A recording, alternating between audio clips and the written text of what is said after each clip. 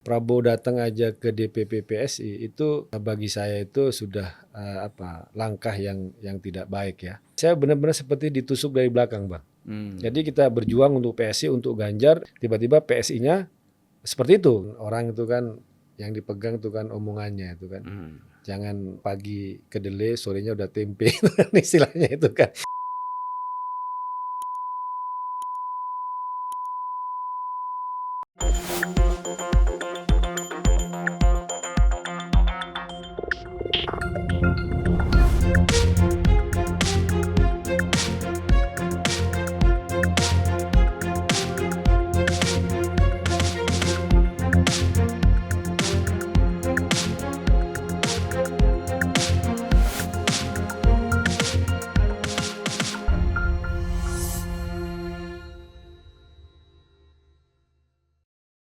Assalamualaikum warahmatullahi wabarakatuh. Waalaikumsalam. Salam sejahtera buat kita semua, terutama salam sejahtera buat Mas Guntur Romli. Terima kasih, Bang Sulfan. Sebenarnya kita manggilnya ini Pak Kiai Haji. Karena Guntur Romli ini lulusan Al-Azhar Kairo. Ya, ngambil dulu teologi ya, Usuluddin. Ya. Ilmu perbandingan agama. Akidah filsafat. Akidah filsafat. Ya. Kalau perbandingan agama Muqarranatul Adyan namanya itu. Jadi kalau mirip-mirip. Jadi Usuluddin ini apa tadi? Usuluddin itu pembahasannya ada Al-Quran, tafsir tuh Bang. Kemudian ada hadis gitu ya. Terus ada akidah filsafat. Terus ada Muqarranatul Adyan, perbandingan agama itu. Saya ngambil yang di akidah filsafat. Oh gitu. Kenapa nggak mengambil perbandingan agama? Lebih menarik akidah filsafat. Gitu ya. Ya itu menarik sekali ya. Untuk artinya memang terus harus banyak membaca itu. Ya. Kira-kira seperti perdebatannya itu. Menarik kan kalau soal akidah ya. Iya, akidah itu. Asal jangan jadi khawarid aja. Itu masuk dalam ini kita juga. Ya, dalam tentang kajian tentang Khawarij, tentang Sunni, tentang Syiah itu, tentang Mu'tazilah juga. Di situ juga itu. Aliran-aliran pemikiran. Aliran pemikiran dan teologi. Ya. Menarik itu. Saya dulu sempat belajar juga itu. Ya, tentang apa yang disebut Al-Asy'ariyah. Asy'ariyah. Kalau Ahlussunnah kan disebut itu teologinya kan Al-Asy'ariyah ya. Kalau Syiah Isna Asy'ariyah, kemudian Mu'tazilah dan Khawarij. Kalau Al-Azhar itu Asy'ariyah itu. Ya. Al-Azhar Mesir ke situ memang ini. Ya, dia kan memang dikenal. Walaupun pendiri Al-Azhar itu sebenarnya Bani Fatimiyah ya. Yang dianggap sebagai Syiah. Iya, Syiah. Kemudian lama-kelamaan bergeser. Ya. Tapi kan fikih 5 mazhab masih dipelajari. Masih ya? Di sana itu. Perbandingan mazhab. Ya. Di samping 4 mazhab Sunni tambah 1 mazhab Ja'fari ya. Luar biasa Bang Sulfan. Oh iya. Saya kan belajar semua. Bisnis manajemen dan juga pemikiran Islam juga.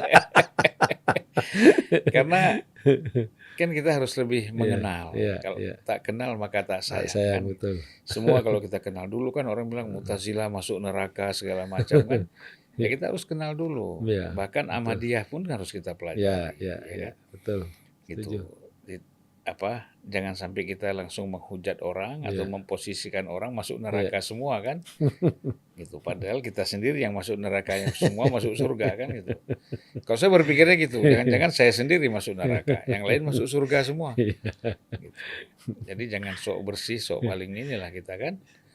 Gitu Mas Guntur ya. Mas Guntur baru hangat ya. Di PSI kan baru keluar berapa hari ya? 2 minggu ya? Tanggal 5 saya itu, 5 Agustus. 5 Agustus. Jadi masih hangat isu-isu Guntur Romli pindah dari PSI ke PDI Perjuangan habis itu. Perjuangan. Ya kan? Iya. Sebenarnya isunya orang udah tahu. Iya. Ya. Guntur Romli pindah dari PSI ke PDI Perjuangan itu karena ada kunjungan Prabowo. Iya. Keluar dulu dari PSI. Ya kan? Iya, betul. Betul, Bang. Kunjungan Prabowo ke sana terus merasa bahwa PSI sudah tidak konsisten, Ya, ya, ya, dari tadinya mendukung Ganjar, ya, kemudian ya. lalu dianggap mendukung Prabowo. Prabowo. Nah, tapi kan begini, Mas Guntur, bagi kalangan kawan-kawan PSI Mm-mm. menyayangkan Ya, Mas Guntur ini keluar dari PSI ya, dan mengambil sikap seperti itu. ya, Padahal kata mereka, kita kan belum tentu dukung ya, Prabowo. ya, ya, Ini kan biasa, ya, kunjungan biasa. ya, Nah, kenapa langsung Guntur ya. memahami, menangkapnya bahwa ini pasti PSI udah dukung Prabowo, gimana? Hmm. Ada tanda-tandanya nggak? Ya, jadi gini Bang. Jadi soal kunjungan Prabowo itu, kalau saya memandang, nggak usah ada kerjasama dulu lah ya. Tapi saya dengar itu ada deal antara PSI dengan Prabowo. Prabowo datang aja ke DPP PSI itu, bagi saya itu sudah langkah yang tidak baik ya. Karena kan PSI sudah katakanlah mendeklarasikan Ganjar pada Oktober tahun 2022. Kemudian juga saya menjadi ketua umum Ganjarian Spartan dari bulan Januari. Itu juga sepengetahuan ya elit-elit di PSI. Karena kita memang punya misi untuk menjaga suara pendukung Ganjar untuk PSI gitu kan. Dan karena itu ya kita juga mengajak ya, orang-orang yang non PSI, yang di Ganjarian, yang pendukung Ganjar juga ikut masuk ke PSI. Misalnya Waketum Ganjarian itu masuk PSI dan nyalek di PSI. Kemudian Sekjen Ganjarian yang sebelumnya bukan PSI masuk PSI dan nyalek di PSI. Dan beberapa tokoh-tokoh teman-teman di Ganjarian yang sebelumnya bukan orang PSI, cuma karena PSI mendukung Ganjar mereka tertarik untuk masuk PSI. Nah, kemudian tiba-tiba tanpa pemberitahuan kepada saya, tanpa diskusi, tanpa apapun lah ya, padahal kita saling ketemu lah untuk soal dinamika politik, tiba-tiba dikejutkan dengan kedatangan Prabowo yang itu juga saya itu juga tidak mengetahui langsung dari orang PSI. Saya tahunya kan dari Nong gitu kan. Nong itu satu hari sebelum Prabowo datang sore itu pun juga tidak langsung dari orang PSI juga dia. Dia tahunya dari tim produksi. Dari tim produksi yang bilang bahwa besok akan ada kunjungan Prabowo. Kemudian dia baru konfirmasi ternyata benar. Jadi saya benar-benar seperti ditusuk dari belakang, Bang. Jadi kita berjuang untuk PSI, untuk Ganjar, kita ada di garda terdepan lah istilahnya itu. Tiba-tiba PSI-nya seperti itu gitu kan. Itu yang pertama. Kemudian yang kedua juga adalah bahwa saya itu secara pribadi sudah menolak Prabowo ya dengan catatan rekam masa lalu tentang hak asasi manusia dan sebagainya itu. Iya. Sebelum masuk PSI pun juga seperti itu. Kemudian ketika masuk PSI, kita juga berada di garda terdepan untuk menolak Prabowo. Termasuk dengan misalnya pada tahun 2019 itu kan, PSI juga memberikan kebohongan terlebay award ya waktu itu kepada Pak Prabowo. Jadi ada rekam jejak PSI itu melawan Prabowo dalam arti bahwa ini orang tidak layak dia kan sebagai pemimpin, sebagai mitra koalisi karena catatan-catatan masa lalu. Dan juga ya pada saat itu juga ya, karena kan waktu itu PSI kan memberikan kebohongan terlebay itu kan ketika Pak Prabowo bilang bahwa cuci darah di RSCM itu selangnya dipakai sampai 40 pasien. Waktu itu saya masih ingat Bang. Jadi kita ini hoax dan langsung dibantah oleh direktur RSCM waktu itu. Yeah. Dan PSI lah memberikan award itu. Artinya bahwa kita lihat Pak Prabowo itu tidak pernah berubah ya dari masa lalu kemudian juga masa kini. Terus tiba-tiba PSI menerima Prabowo. Ini kan menurut saya juga sebuah resiko yang luar biasa ya. Kemudian ya kita ngelihat bahwa rata-rata pengurus PSI kemudian konstituen PSI kalau kita ngobrol dengan mereka ya mereka rata-rata adalah pendukung Ganjar. Jadi ini semacam hanya ada semacam keputusan sepihak dari tingkat elit kemudian tanpa didiskusikan, tanpa dibuka tukar pikiran lah tentang resiko, tentang apa, tentang masalah dan sebagainya. Nah, ya bagi saya ini semacam ya itulah seperti ditusuk dari belakang, seperti tamparan buat saya gitu kan. Dan tidak ada penjelasan itu Bang. Sebelum dan sudah Prabowo pun saya tidak pernah diberi penjelasan tentang kenapa mereka itu menerima Prabowo itu kan nggak pernah ada penjelasan Bang. Ya, mendadak Kemudian ya. mendadak. Kemudian Katanya datangnya dadakan. ya saya nggak tahu. Ada yang bilang teman saya setelah itu saya tanya ternyata 3 hari sebelum itu dia sudah tahu katanya. Ada yang bilang seminggu setelah itu sudah ada rencana itu ya. Tapi yang bagi saya ya sehari sebelum Prabowo datang itu baru tahu. Itu pun sore hari. Atau mungkin Guntur nggak dikasih tahu karena tidak ada dalam struktur partai kan? Ya bisa jadi. Tapi kan saya memang tidak ada resmi ya dalam struktur partai PSI. Tapi kan kalau dalam hal-hal yang katakanlah yang terkait dengan sikap-sikap PSI kan selalu diajak. Makanya saya diajak untuk misalnya memasukkan caleg-caleg ke PSI. Itu kan ada belasan lah yang kita masukkan, yang rata-rata dari Ganjarian ya, yang bukan orang PSI kemudian nyalek lewat PSI. Itu dari tingkat DPR RI sampai DPRD. Kan saya ada tanggung jawab ke mereka, Pak. Mereka suka PSI masuk karena mendukung Ganjar. Terus tiba-tiba PSI nerima Prabowo itu kan. Dan sebelumnya kan sudah ada itu kasus misalnya U20 bahwa PSI itu menyatakan akan mengevaluasi soal dukungan terhadap Ganjar. Waktu itu juga kita sudah mulai ada kegamangan ya kok PSI seperti ini gitu kan. Dengan alasan-alasan misalnya soal relasi dengan PDI Perjuangan dan sebagainya itu kan. Nah, kemudian hal yang lain menurut saya juga adalah karena tidak adanya penjelasan dari teman-teman PSI baik sebelum dan sesudah Prabowo itu datang, ya bagi saya buat apa lagi saya dalam sebuah partai yang ternyata tidak ada dibuka ruang diskusi, penjelasan dan sebagainya. Akhirnya saya mengambil sikap ya lebih baik saya mundur aja gitu kan dari PSI gitu lah. Itu Bang. Ya selain dari alasan Prabowo datang ke kantor PSI. Ya. Ada alasan lain nggak mundur dari PSI? Nggak ada Bang. Itu memang karena murni soal Prabowo ya.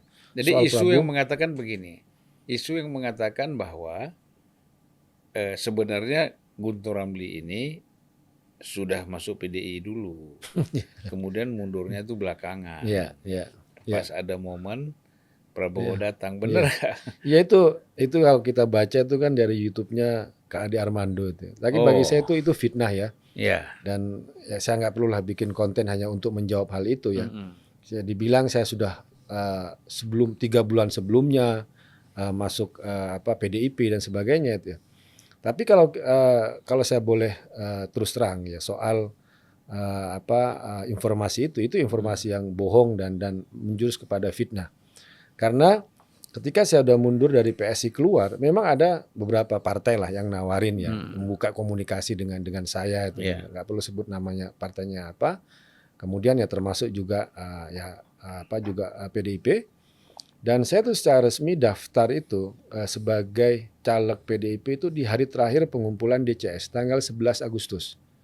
Jadi saya ngurus dari tanggal 9, tanggal 10, tanggal 10 itu berkas saya ada, SKCK tanggal 10, kemudian kesehatan juga tanggal 10, juga rekomendasi pengadilan juga tanggal 10. Tanggal 11 hari terakhir itu berkas tanda tangan saya dan itu yang didaftarkan ke DPP PDIP. Tapi sebelum itu memang tanggal 9 itu ada semacam wawancara lah ya dengan orang DPP PDIP di sana. Kemudian ya mungkin mereka dianggap saya mungkin layak lah ya untuk maju berkas saya diminta untuk menyelesaikan berkas selama 2 hari saya selesaikan itu dan alhamdulillah selesai. Jadi tidak ada bahwa saya itu sudah masuk PDIP jauh-jauh hari, tidak ada. Karena kan saya juga tidak menduga kedatangan Pak Prabowo datang ke PSI. Kalau saya bisa memprediksi 3 bulan sebelumnya Pak Prabowo datang, luar biasa sekali saya nih Bang. Karena apa? Karena di bulan-bulan itu saya malah lebih banyak aktif memasukkan orang untuk nyalek di PSI. Nah ini itulah. Sekarang katanya ada caleg-caleg yang mundur juga. Ya. Jadi ketika mereka melihat saya mundur, kemudian juga sikap PSI juga seperti pelin-pelan, tidak tegas ya. Termasuk juga ketika acara kemarin Kopdarnas, akhirnya mereka sekarang tidak punya alasan lagi untuk nyalek di PSI.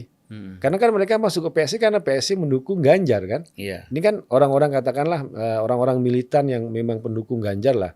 Ya mungkin mereka tidak masuk ke partai lain karena ya mungkin ngantri Bang gitu kan. Kemudian juga ke ada apa ya soal lain itu ya memang ya yang bisa mengkomunikasikan selama ini saya itu kan. Meskipun saya bukan pengurus tapi saya kenal dengan orang-orang PSI. Akhirnya ya bisa memasukkan mereka dan itu juga permintaan orang-orang PSI, Bang. Saya untuk nyari caleg gitu kan. Gitu. Dapat tugas ya? Dapat tugas, Bang. Setelah tugas kita di depan dukung Ganjar ini tiba-tiba mereka seperti main mata ya, saya kayak ditusuk dari belakang ya saya keluar aja gitu kan. Ya, ada hal yang sangat emosional tentu saja di situ sebabnya, tapi juga ada hal yang ideologis lah juga ya bahwa paling banyak caleg daerah mana yang mundur? Kalau kemarin itu ya dari Jakarta, kemudian dari Bogor, Jawa Tengah, ada yang NTB, kemudian ada Sulawesi Barat ya, kemudian yang dari Sumatera Utara itu, yang memang ya, mereka itu rata-rata pendukung Ganjar gitu loh. Gitu. Ya kira-kira ada nggak dapat informasi ya? Yeah. Kita kan kadang-kadang kalau kita di luar ini kan nebak-nebak aja kan. Yeah. Jadi kok ada apa ya? Tiba-tiba Prabowo itu datang ke PSI. PSI. Nah, apakah sekedar datang atau minta dukungan atau apa yang bisa kira-kira bisa disampaikan informasi? Yeah.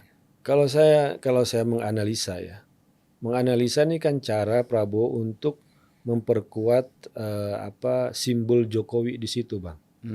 Karena kan PSI slogannya tegak lurus Jokowi. Ke Jokowi.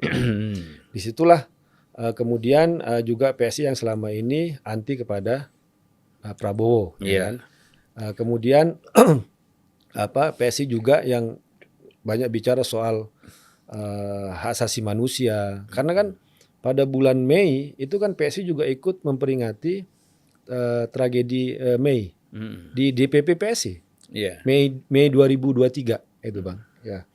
Jadi ketika Prabowo itu datang kemudian bisa diterima dengan PSI. Nah, itu PSI sudah memberikan panggung ya kepada Prabowo soal kedekatan dengan Jokowi. Oh, bulan Mei berarti sudah ada hubungan. Enggak, maksud saya ini ironisnya.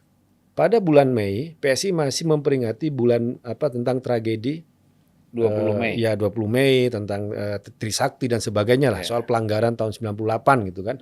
Tapi kan ironisnya kemudian pada bulan Agustus mereka menerima Prabowo yang disebut-sebut dalam tragedi 98 itu dan juga dalam peringatan bulan Mei 2003 di kantor DPP PSI yang dihadiri yang kemudian Prabowo datang juga di tempat itu. Ya itu kenapa kira-kira? Nah, itu saya bilang bahwa ini cara Prabowo untuk katakanlah mengambil atau membuat image bahwa mereka sangat dekat dengan Jokowi dengan bisa narik PSI, kemudian bisa mengubah PSI dengan soal persatuan, soal rekonsiliasi, soal dan sebagainya itu. Nah, itu yang membuat saya juga membuat saya juga ada geramnya itu, Bang ya.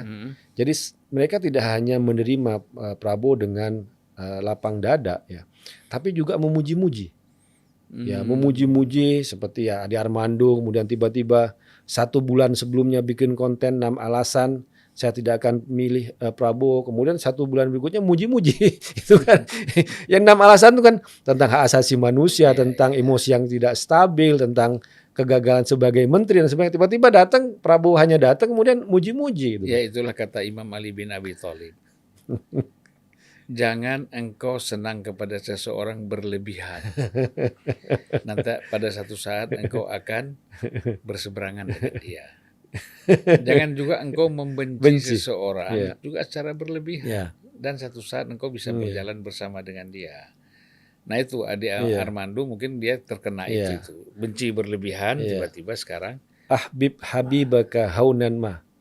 Asa antakuna baghidaka yauman ma.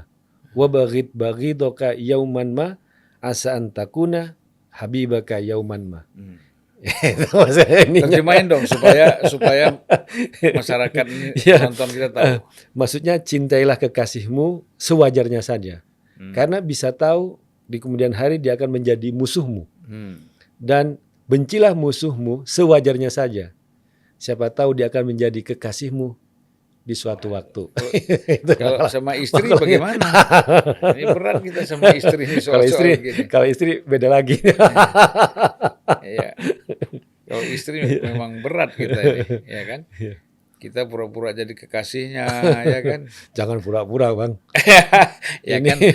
podcast saya ditonton istri. Nggak boleh pura-pura. Hah? Oh, jadi kalau di podcast benar-benar, kalau di luar pura-pura. Kalau begitu Mas Guntur, tadi alasannya Prabowo itu kenapa mereka itu ke PSI. Walaupun tidak perlu dinyatakan bahwa PSI mencalonkan Prabowo jadi presiden, capres, kan gitu. Tapi Prabowo datang ingin mengambil manfaat karena tegak lurus pada Jokowi soal hak asasi manusia dan sebagainya. Itu kan benang merahnya itu ada, Bang. Misalnya ketika kayak Noel yang mengaku 98 kemudian diterima oleh Prabowo, kemudian Budiman Sujatmiko yang 98, 96, 98 juga diterima oleh Prabowo. Di situ kan ada upaya untuk memberikan panggung rebranding Prabowo dan upaya pencucian dosa itu. Kita lihat. Nah, disitulah PSI memberikan panggung dan memberikan mesin laundry-nya untuk Prabowo. Itu yang kalau saya lihat analisa gitu, Bang. Tapi juga saya mendapatkan informasi, saya ngecek juga itu kan. Ngecek juga bahwa memang sudah ada kesepakatan antara PSI dengan Prabowo ya. Tapi apa sebelum Prabowo datang, Bang? Iya ya. Saya langsung nanya informasi ke dalam dan sebagainya itu, ya sudah adalah deal-deal itu kan. Tapi kan nggak perlulah kita buka di situ kan. Itu juga yang menjadi alasan yang kuat itu kan. Artinya kan partai politik, sesama partai politik ketemu pasti ada deal. Kita nggak tahu dealnya apa kan, ya kan? Gitu. Berarti gini Mas. Saya tahu Bang, tapi nggak usah diomongin itu. Ya, janganlah, nggak etis juga, ya kan? Nggak perlu kita ungkapkan lah. Ungkapkan. Yang penting tahu sama tahu aja. Berarti kira-kira ya, apakah ada peran Pak Jokowi di sini nih? Kalau kan gini, PSI ini kan bukan hanya tegak lurus. Orang bisa saja mengaku tegak lurus, tapi Pak Jokowinya nggak ngerti, yang bilang tegak lurus nggak ngerti. Tapi kalau PSI ini kan kedekatannya dengan Pak Jokowi kan cukup bagus kan, cukup kental. Nah, bisa jadi kan waktu Pak Prabowo mau datang ke PSI, kan paling nggak kirim sinyal lah ke istana bahwa ini Prabowo mau ke PSI ini gini. Karena kalau nggak bisa salah tafsir kan gitu. Nah, jadi kira-kira ada nggak peran Pak Jokowi dalam kedatangan Prabowo ke PSI ini? Kalau saya melihat bahwa nama Pak Jokowi dicatut oleh orang-orang PSI agar pengurus yang lain itu nerima dan diem, itu dilakukan, Bang.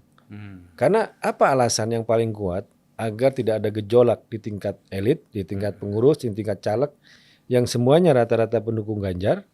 Kemudian kita tiba-tiba nerima Prabowo kalau tidak menggunakan ini atas nama presiden, ini atas nama Pak Jokowi. Nah, itu yang dilakukan. Tapi apakah itu benar atau tidak? Ya kalau saya tidak percaya, ya. Karena tidak percaya bahwa ya masalah Pak Jokowi sampai ngurus hal-hal yang sangat teknis seperti itu. Itu kan kalau memang mau komunikasi antar politik ya antar mereka aja lah. Masa harus ada instruksi presiden atau apapun ya. Apalagi ya Pak Jokowi ya secara terus terang ketika sidang waktu di MPR itu kan mempertegas kembali bahwa saya bukan Pak Lurah, saya tidak terlibat dalam soal pembicaraan koalisi partai, saya bukan ketua umum partai politik dan sebagainya. Jadi sebenarnya pernyataan Pak Jokowi itu kan untuk mempertegas. Ya kita kan hanya bisa menilai seseorang kan dari apa yang diucapkan di muka umum, di depan publik. Itulah yang kita pegang ya kan. Kalau soal desas-desus rumor kan siapapun juga bisa mencatut, bisa mengklaim ya. Dan itu yang dilakukan oleh teman-teman PSI ketika biar semuanya tidak membangkang, tidak menolak ya kan, tidak ada gejolak ya. Memang nama yang saya dengar nama Pak Jokowi yang dipakai untuk menjadikan sebagai alasan-alasan itu gitu loh. Gitu. Tapi ya kita kan juga bisa cross check. Cross check juga misalnya ada Mas Ulin Yusron ya. Dan itu juga dia wawancara juga di Cokro TV ya. Yang Mas Ulin juga nanya ke Pak Jokowi waktu itu masih uji coba LRT. Sekarang kan hari ini diresmikan. Nanya Mas Ulin itu, apakah benar Bapak meminta Prabowo datang ke PSI atau PSI untuk menerima Prabowo atau mengundang Prabowo. Enggak. Jadi, Itu yang konfirmasi langsung Bang ya. Yang jadi ketemu. nama Pak Jokowi dicatut. Dicatut itu yang kalau Untuk, seperti itu gitu lah. Itu. ya jadi kalau begitu problemnya menjadi lain ya. Iya, menjadi lain, menjadi lain. Artinya Pak Jokowi tidak tahu menau gitu. Ya. Nah, kemudian saya coba cross check juga, Bang. Itu kan sebelum ketika saya memutuskan untuk mundur, ya itu yang saya sebut sudah ada deal lah antara kedua belah pihak ini untuk pertemuan itu gitu. Jadi ada dealnya itu apa, tapi yang dipakai untuk meredam itu apa isunya gitu loh, Bang. Itu yang menurut saya gitu loh. Jadi yang menginginkan PSI agar mendukung Prabowo itu siapa? Nah, saya nggak tahu tuh, Bang. Pak Siapa? Jokowi kan Enggak. Saya nggak tahu apakah kan selalu teman-teman yang ada di PSI kan mengatakan bahwa mereka kan tidak pernah dianggap oleh PDI Perjuangan karena selama ini mereka mendukung Ganjar ya kan, tidak disebutkan dan sebagainya. Tapi ya juga kalau kita mau fair juga, mau kita sambung antara kedua belah pihak, antara versinya PSI dengan versinya PDIP ya, karena waktu itu saya kan belum masuk PDIP, masih di PSI, masih ketua umum Ganjarian. Saya waktu itu juga merasa agak aneh ya. Misalnya sikap PSI yang disebutkan tadi itu ingin mengevaluasi pencapresan Ganjar gara-gara U20 karena Ganjar termasuk orang yang menolak ya sebagai gubernur Jawa Tengah waktu itu kan dengan gubernur Bali Koster waktu itu kan. Nah, kalau saya pernah berbincang dengan Kak Ade lah di acara juga langsung, dia bilang ini kan ibaratnya kita itu permainan sepak bola, kita tim bola, kita timnya Ganjar. Ini kita lagi tanding nih dengan timnya lain, timnya Prabowo atau timnya Anies. Nah, dalam pertandingan bola itu kalau ada masalah di internal kan jangan ditunjukkan di lapangan. Kita bisa dong berbincang misalnya di tingkat internal, di ruang ganti atau ngomong apa. Ini ribut antar kita, akhirnya kita kebobolan gol, gitu kan. Nah, semestinya kritik-kritik yang ada di PSI dan sebagainya itu disampaikan secara internal. Dan itu saya lihat Pak Ganjar itu sangat mendengarkan. Misalnya contoh, apa sih yang dikritik kemudian oleh PSI misalnya? Contohnya soal U20. Oke, ini kan soal prinsip, dia bilang Pak Ganjar minta maaf soal itu kalau membuat kegaduhan dan sebagainya. Kemudian soal misalnya Pak Ganjar waktu awal-awal itu sering menggunakan baju partai. PDI Perjuangan kan waktu itu kan kemana-mana dan sebagainya.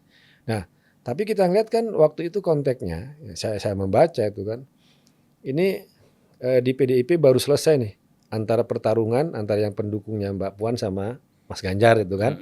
Nah, disitulah ketika Ketua Umum bilang bahwa Mas Ganjar yang menjadi capres, maka Mas Ganjar harus keluar sebagai kader untuk mempersatukan kan. Dia kan keluar sebagai orang-orang PDIP. Makanya ketika waktu itu kan ke Surabaya, ke Jember memakai seragam PDIP. Tapi sekarang kita lihat Bang Zulfan, itu Pak Ganjar sudah brandingnya sudah Ganjar untuk semua, bukan lagi sebagai kader partai. Ya, lihat bajunya kemarin di apel siaga di mana? Di Semarang ya kan, bajunya pakai hitam, udah nggak lagi logo partai. Kemudian tampil di podcastnya Kiki, Pak Ganjar bilang, kok nggak pakai baju merah Pak, kok garis-garis? Kalau merah saya nggak usah dipertanyakan. Maksudnya saya itu kader PDIP nggak usah ditanyakan lagi, kata dia. Nah, sebenarnya kan mau menyimak, mau mendengar kritik-kritik dan upaya-upaya itu. Nah, itu kan kita sampaikan di kalangan internal, bukan disampaikan kepada publik, tuh, Bang. Nah, kemudian kasus U20, kemudian PSI datang ke Golkar waktu itu ingin jadi sister partinya Golkar dan sebagainya.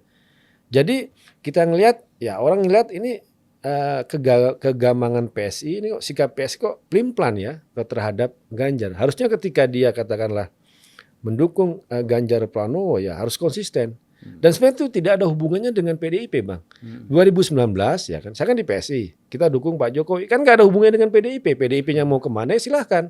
Tapi kan kita tetap dukung ke Pak Jokowi. Nah, sebenarnya waktu itu saya juga berpikirnya kira-kira seperti itu, Bang. Kita konsisten lah dukung Ganjar. Kalau soal PDIP mau manuver ya waktu itu ya beda partai memang kan. Ini katanya gini Mas, ya salah satu sebab juga PSI dianggap kurang sreg sama Ganjar, itu karena Ganjar ini susah diketemui katanya. Atau minta waktu ke Ganjar juga susah. Jadi ketika kalau saya sendiri ya, saya aja ketika deklarasi Ganjar dan Spartan tanggal 18 Januari sampai deklarasinya Pak Ganjar oleh PDI Perjuangan, saya nggak pernah ketemu sama Pak Ganjar. Sampai sekarang. Waktu itu Bang ya. Karena kita lihat memang harus memahami Pak Ganjar itu kan benar-benar menjaga jarak dengan relawan, kan menjaga dengan karena dengan hubungan dengan partainya itu Bang, dengan PDI Perjuangan itu gitu. Ya kita tahulah gimana dinamika waktu itu di PDIP, ada pendukungnya Mas Ganjar dengan pendukungnya Mbak Puan, ada istilah waktu itu Dewan Kolonel, bagaimana juga waktu itu Mas Ganjar juga dikritik habis-habisan di internal ya oleh pendukungnya Mbak Puan. Jadi kan dia sebagai seorang kader kan memang nggak boleh melakukan perlawanan. Dia harus tetap katakanlah ya karena dia di Jawa Tengah Atau dan apa? bukan pendukung Mbak Puan barangkali. Ya. Orang yang merasa dekat dengan Mbak Puan. Ya, kira-kira seperti itu Gitu bisa. Ya. Ya karena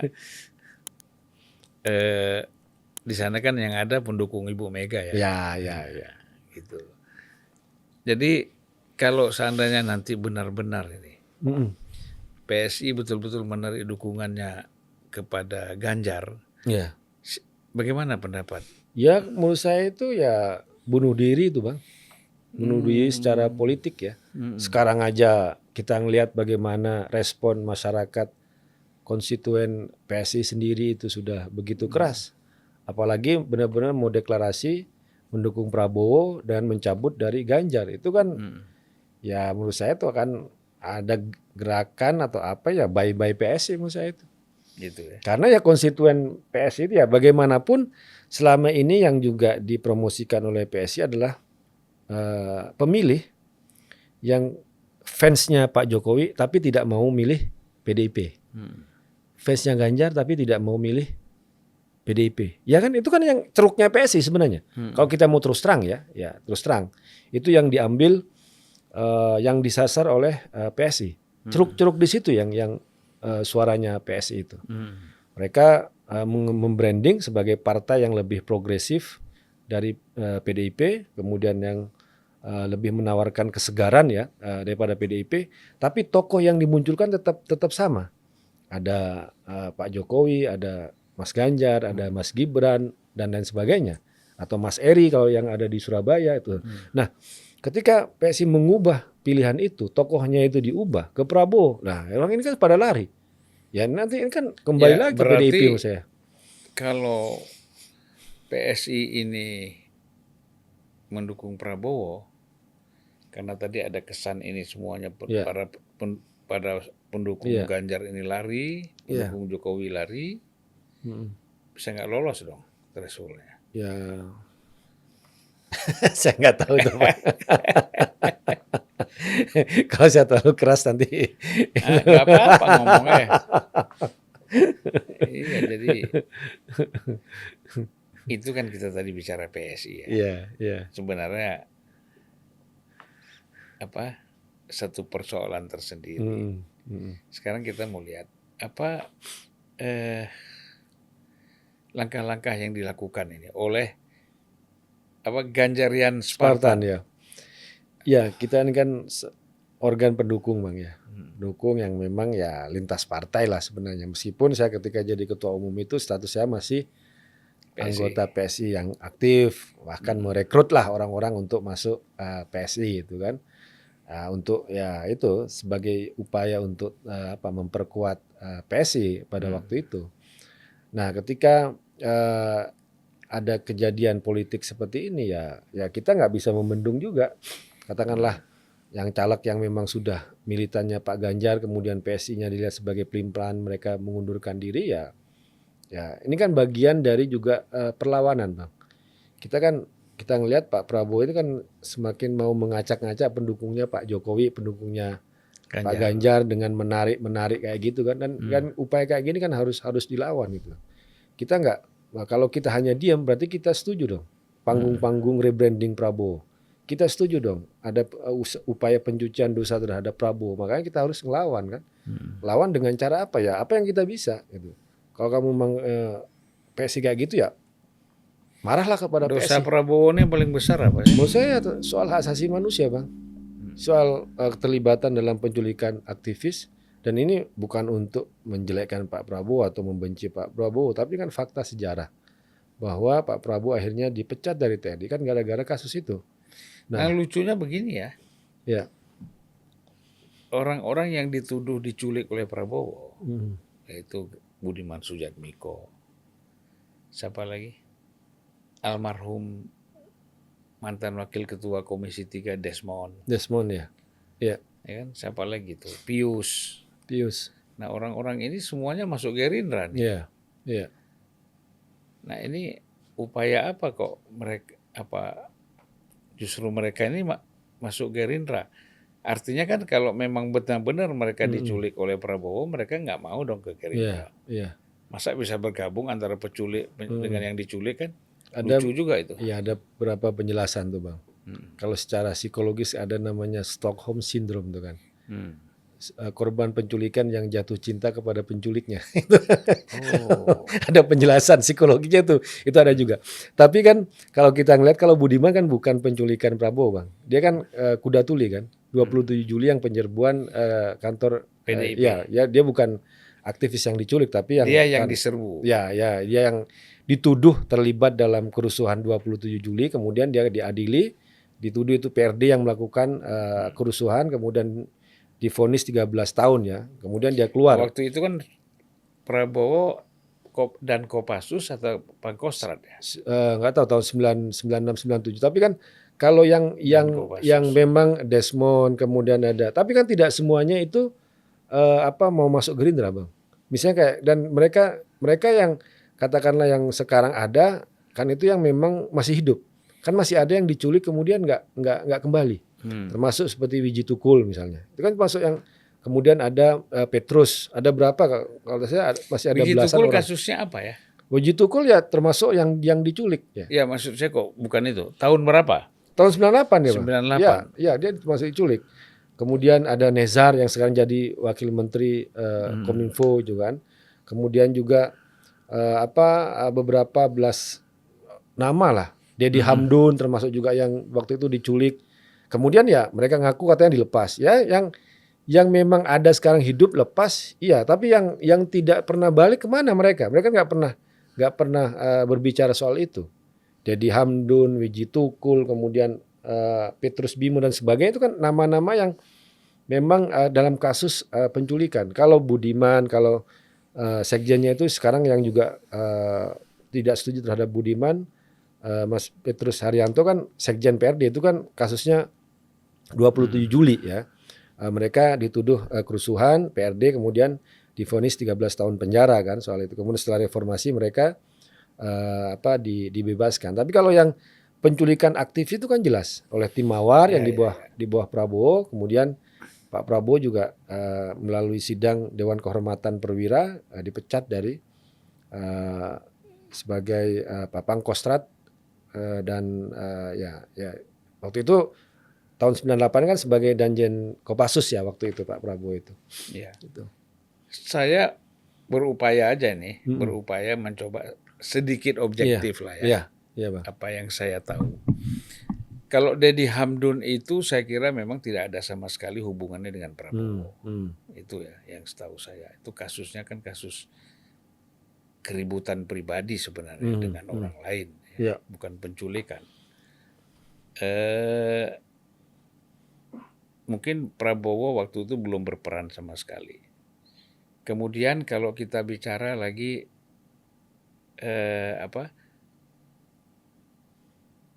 tadi siapa lagi? Wiji Tukul ya. Wiji Tukul, apakah Petrus Bimo, itu berkaitan dengan posisi Prabowo misalnya?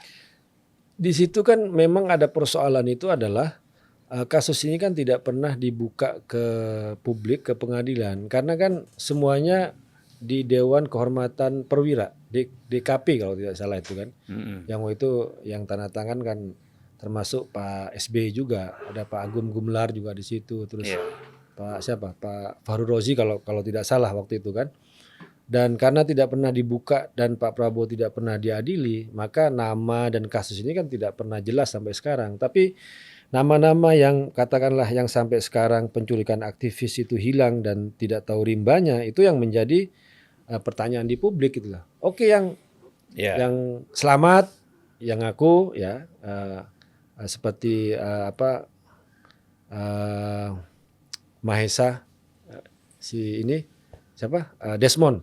Desmond itu kan ya kemudian masuk Gerindra, tapi kan kalau kita baca ceritanya Bang Nezar itu ya, yang dia di Strom, yang disiksa, atau seperti Faisal Reza yang sekarang ada di PKB itu kan, kan mereka memang mengakui disiksa.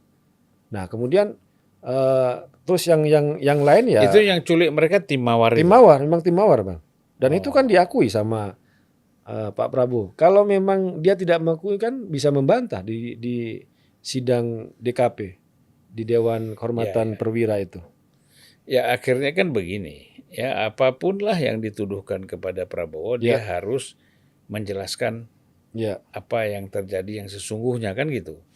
Kalau Prabowo atau pihak Prabowo tidak menjelaskan ini, ya dia rugi sekali secara politik. Karena isu HAM ini bukan isu main-main. Sekarang sendiri saya melihat di media sosial, persoalan HAM ini yang berkaitan dengan Prabowo itu sudah beredar kemana-mana. Dan sudah dianalisis yang begitu tajam ya. Nah jadi ya biarlah Prabowo sendiri yang menjelaskan kan gitu. Kalau memang ini tidak benar silahkan dia bantah, ya kan? Ya, kalau dia benar ya minta maaf kan gitu. Ya, walaupun mungkin dulu sudah pernah minta maaf, tapi kan mau jadi capres ini kan harus minta maaf lagi kan, nggak cukup sekali aja. Jadi kalau nama-nama itu Bang, jadi ada Petrus Bima Anugrah, Herman Hendrawan, Suyat, Wiji Tukul, Yani Afri, Sony, Dedi Hamdun termasuk nih Bang, Noval Al-Katiri, Ucok Munandar Siahaan, Hendra Hambali, Yadin Muhyiddin, Abdul Nasir. Ini nama-nama yang memang dikaitkan dengan penculikan para aktivis. Ya nggak tahu kita ya, karena ini nggak pernah dibuka dengan pengadilan, dengan berkas yang nggak pernah dimunculkan di publik ya. Cuma yang tahu kita faktanya bahwa Prabowo dituduh, kemudian dia menerima dalam sidang Dewan Kehormatan Perwira dan dia dipecat. Kalau menurut saya kalau dia memang tidak terlibat, dia kan bisa menolak. Masa bintang 3 bisa dicopot begitu saja itu kan? Pangkostrat kalau tidak ada bukti-bukti, tidak ada fakta-fakta yang bisa dihadirkan sehingga dia tidak bisa berkelit itu Bang. Ya betul juga Abang, karena ini kan nggak pernah jelas ya, tidak pernah diumumkan. Kak Prabowo juga tidak pernah cerita. Apalagi misalnya kayak kemarin itu Prabowo itu meminta maaf kepada Budiman. Budiman kan nggak bisa mewakili keluarga dari penculikan ini Bang, aktivis ini kan. Dia kan kasusnya beda, dia kan kuda tuli itu kan. Ya, kalau itu Soeharto udah jatuh kasusnya Budiman sama PRD misalnya. Tapi kan kalau penculikan ini kan beda kasus itu. Iya. Itulah. Ya ini menarik sebenarnya ya. Kalau tidak diklarifikasi dan dijelaskan, ya artinya ini akan berlanjut. Dan muncul setiap 5 tahun sekali. Setiap Prabowo mau jadi calon presiden, muncul lagi isu ini kan. Lalu yang rugi pasti Prabowo. Sebenarnya harus dijawab secara tuntas sekaligus selesai. Kalau ada lagi yang munculkan ini dibuka itu dokumennya. Tapi kan karena nggak ada ya kita mau bilang apa? Ya mungkin juga benar seperti yang Anda bilang tadi bahwa keputusan yang dilakukan di DKP itu sudah final kan gitu. Nah kita juga nggak tahu persis sebenarnya dokumen finalnya itu seperti apa. Saya pernah baca tuh Bang, tapi kan yang hanya keputusan kemudian tanda tangan itu diberhentikan itu kan di situ kan. Iya, cuma kan kita tahu risalahnya. Nah itu risalahnya itu yang nggak pernah dibuka. Nah, kita perlu tahu risalahnya yang lengkap itu tidak pernah ada. Yang pernah bocor ke publik itu kan hanya surat. Kalau sudah 20 tahun kan udah bisa dibuka ya. Iya, mestinya Bang, mestinya gitu kan. Tapi mungkin yang buka juga takut kalau Pak Prabowo jadi presiden gimana nih? Ya mana tahu kan orang berandai-andai kan gitu lah. Ini karena sudah di PDIP sekarang ya, tentu mendengar selentingan-selentingan sedikit, ya nggak banyak lah, sedikit aja, ya kan. Ada katanya di PDIP itu ada semangat ingin menduetkan Ganjar dengan Anies. Bagaimana? Itu pernyataannya Pak Said Abdullah itu, Bang. Pak Said itu salah satu ketua DPP, kemudian juga ketua PDI Perjuangan di Jawa Timur, gitu kan. Dan bukan pernyataan partai kan, sudah banyak membantah, banyak dibantah. Iya, Mas bantah, ya. Aryo Bimo juga udah membantah, kemudian Bang Deddy Sitorus dan sebagainya itu kan sudah banyak membantah bahwa itu pernyataan pribadi yang mungkin kalau saya ngelihat ini Pak Said itu ingin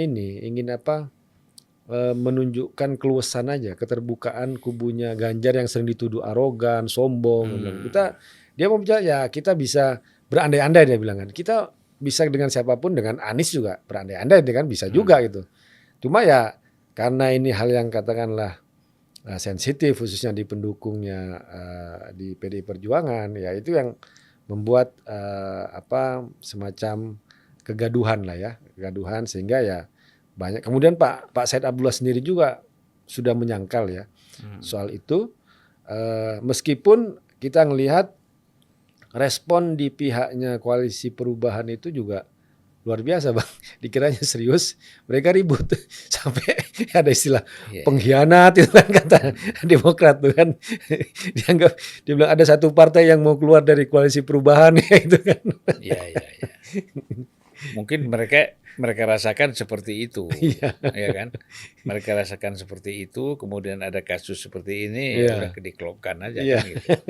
Ya artinya Anies juga sempat GR juga ya, jadi wapresnya Ganjar ya. Kan susah tuh, Bang. Satu penerus Pak Jokowi Ganjar, yang satu istilahnya abang itu antitesa Jokowi. Ini kan kayak minyak dan air dicampurkan, nggak bisa itu kan. Itu udah pasti nggak mungkin lah. Nggak mungkin. Satu ngegas, satu ngerem. Gimana bisa jalan di mobil? Sekarang ini merasa di PDIP nyaman ya? Saya merasa nyaman, Bang. Saya mau nyalek lagi, mau serius untuk nyalek, pindah kembali ke dapil saya di Jawa Timur 3 itu. Banyuwangi, Situbondo, Bondowoso. Wah, daerah berat juga Tapal itu Kuda ya, kampung halaman. Wah, kalau kampung halaman insya Allah jadilah. Amin. Ya kan? Itu banyak pesantren di situ. Ya, pesantren. Teman-teman saya di Situbondo sama Bondowoso banyak itu. Iya. Para habib-habib. Iya. Kita bilang ilmu semangka, Bang. Luar hijau, dalam merah. Ya. Itu kan kampungnya Pak ini juga itu, siapa yang bupatinya sekarang jadi Menpan RB ya? Oh iya, Mas Anas Banyuwangi, ya. Betul. Kalau Mas Anas pidato di sana udah pasti jadi lah. Basisnya PDIP kan memang Banyuwangi. Banyuwangi itu. Bondowoso tuh P3 sama PKB. Iya, kalau Bondowoso, Situbondo itu PKB, P3, NU, ya hijau itu. Tapi hijau dalamnya harus merah, Bang. Semangka. Ya, sekarang di dapil itu nomor 1. Nomor 2 saya, Bang. Nomor 2 itu. Sekarang dapat berapa kursi di situ? Di PDIP itu dapat 1 kursi. 1 kursi, PKB 2 kursi itu. Tapi saya sebenarnya, Bang, kalau tidak nyalek lewat PSI 2019, mungkin PDIP itu dapat 2 kursi dari situ, Bang. Gitu ya. Jadi penebusan dosa. Jadi kira-kira 2 kursi lah sekarang ya. Amin. 2 kursi ya supaya menjadi anggota DPR RI ya. Amin. Saya kan udah nggak punya teman lagi di sana. Kalau Guntur masuk DPR RI kan saya masih bisa main-main. Amin, ngikutin jejaknya Bang Zulfan dulu. Ya, jadi ya masing-masing partai itu punya karakter sendiri ya. PSI dengan karakternya sendiri. Kemudian PDIP juga punya karakter sendiri. Mungkin saya minta closing statement. Closing statement ya. Kata akhir dari Guntur Romli ini sangat penting. Ya kan? Gitu. Ya.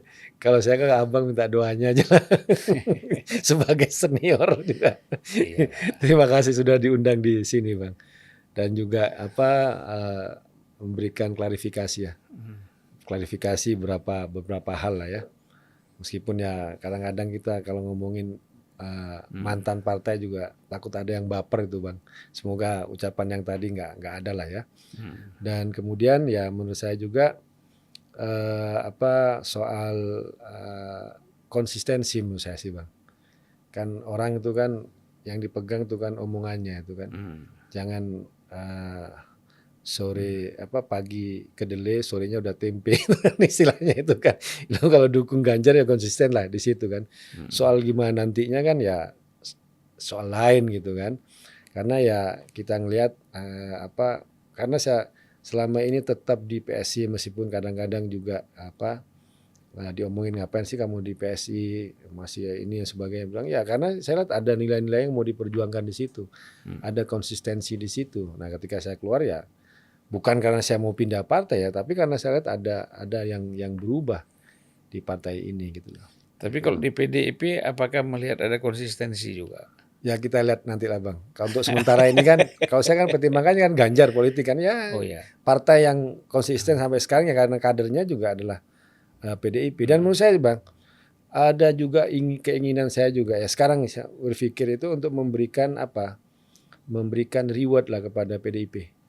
Karena ini kan partai yang sudah, saya pendukung Pak Jokowi 2 periode dan itu dari PDIP, kemudian PDIP memunculkan pemimpin-pemimpin muda, ada Mas Gibran, ada Mas Eri dan sebagainya. Kemudian juga telah mencalonkan Pak Ganjar untuk tahun 2024, regenerasi itu jalan ya, dan memilih orang yang bagus. Jadi kita harus memberikan reward, penghargaan kepada PDIP.